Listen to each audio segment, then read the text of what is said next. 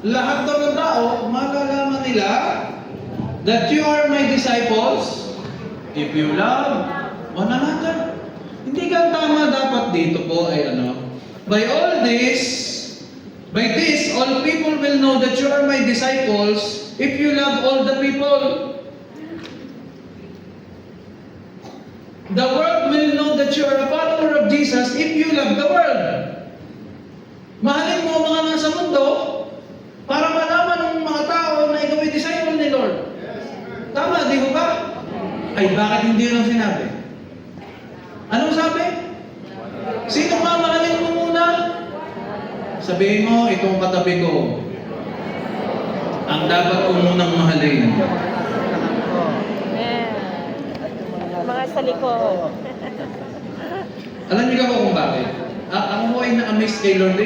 Matagal ko nang nababasa. Ay bakit nga ngayon ko mas naintindihan kung binabasa ko pa ulit-ulit? Tama nga naman thinking ni Jesus. Malalaman ng marami na ikaw ay disipulo ni Kristo kung mamahalin ninyo itong nasa loob ng 8th floor na ito. Lahat tayo ay magmamahalan muna. Ganito pala ho yan. Itong pagkakakunawa ko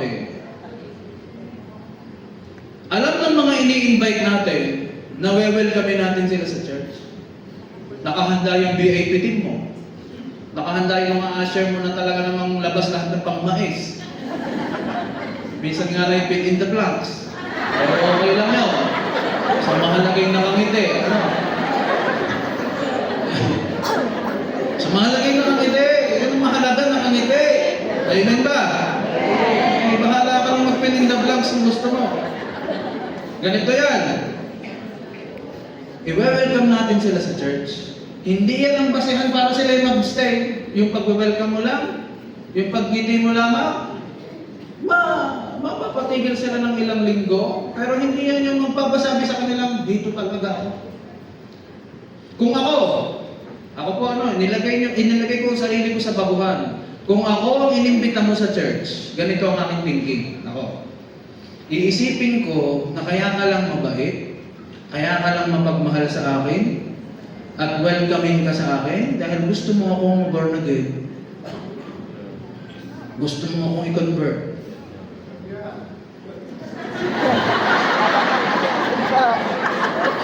Tayo na nga ako,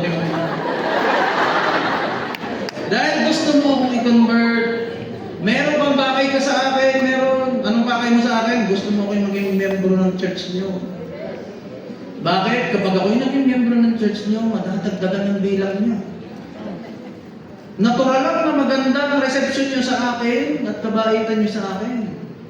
Pero kung ako po ay isang nag-iisip na baguhan, para sa akin may ganito akong thinking at gusto ko maunawaan din natin lahat ito. Ang tingin niyo sa akin ay hindi tao.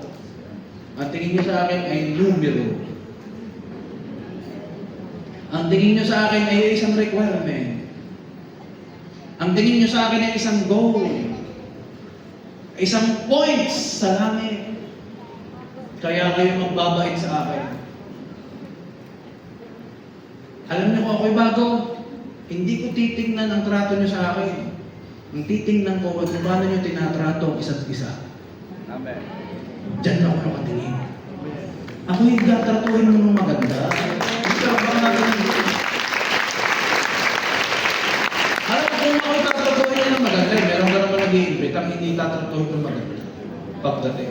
Pagka naman hindi pa tinatrato ng maganda, kailangan i-deliverance ang buong church na yun. Lahat naman ng J1 family, lahat naman tayo identity, hospitable and welcoming. Tama ko. Kahit saan tayo makarating, welcome natin ang lahat. Ito ngayon, akala nyo ka, yan mga bagay na nakatingin niya. Tinitingnan niya kung paano kayo mag-aktuhan sa isa't isa. Kayong mga leader.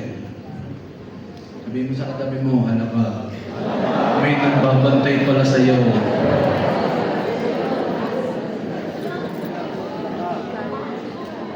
At kapag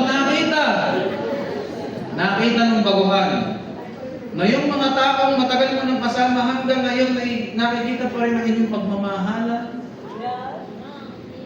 Ako ay tayo talaga magsasabing ang Diyos ay nandito. At maniniwala ako ang Diyos ay pag-ibig.